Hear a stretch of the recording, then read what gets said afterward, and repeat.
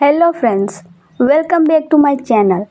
Today we will explore one of the greatest English novels, Joseph Andrews by Henry Fielding, a story of virtue, humor and human goodness. Let's talk about the author Henry Fielding.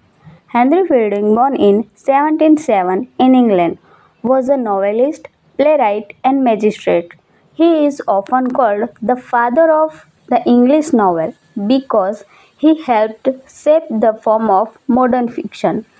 Before becoming a novelist, he wrote plays full of political satire. But when theatres were banned for political criticism, he turned to writing novels. Fielding's works like Joseph Andrews, Tom Jones, and Amelia combine humor, realism, and deep moral lessons. He believed that literature should make people laugh at their foolish and learn to be better human beings. Let's talk about introduction to the novel. Joseph Andrews, published in 1742, was originally written as a parody of Samuel Richardson's novel Pamela, which praised female virtue. But Fielding soon turned the story into a comic and moral adventure, a journey that reveals both the goodness and hypocrisy of society. The novel follows Joseph Andrews, a good hearted young man, and his friend Parson Adams as they travel through England facing trials, temptations, and laughter filled adventures. Let's look at the main characters. Joseph Andrews, the hero, he is handsome, moral, and brave. He represents honesty and faith.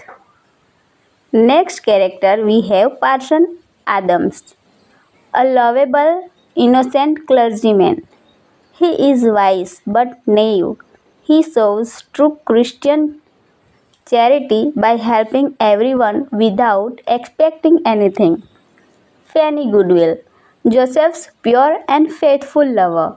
She symbolizes true love and female virtue.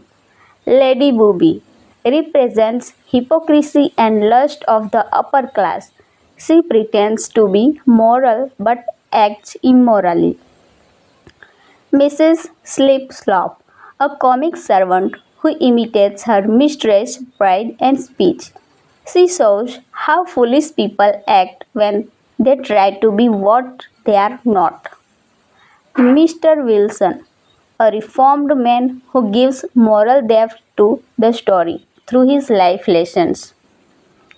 Let's talk about plot of the novel.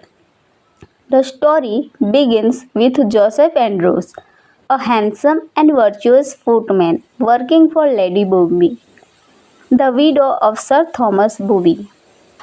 Lady Booby secretly falls in love with Joseph, but when he rejects her immoral advances, she becomes angry and fires him.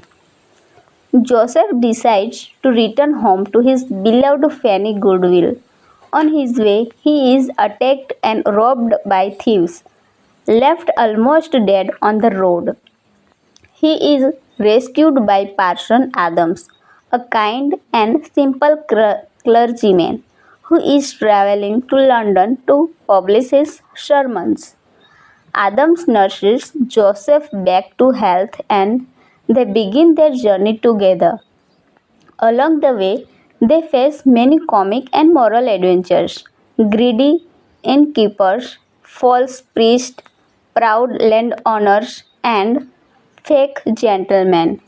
Despite being cheated and insulted, Parson Adams always forgives, showing the real meaning of Christian goodness. Soon, Joseph's sweetheart Fanny Goodwill joins them. The trio, Joseph, Fanny, and Parson Adams, face danger, poverty, and temptation, but they never lost their virtue or faith. In one part, they meet Mr. Wilson, who tells his life story, a tale of mistakes and redemption. His confession teaches that real virtue lies in repentance and inner goodness, not in wealth or position.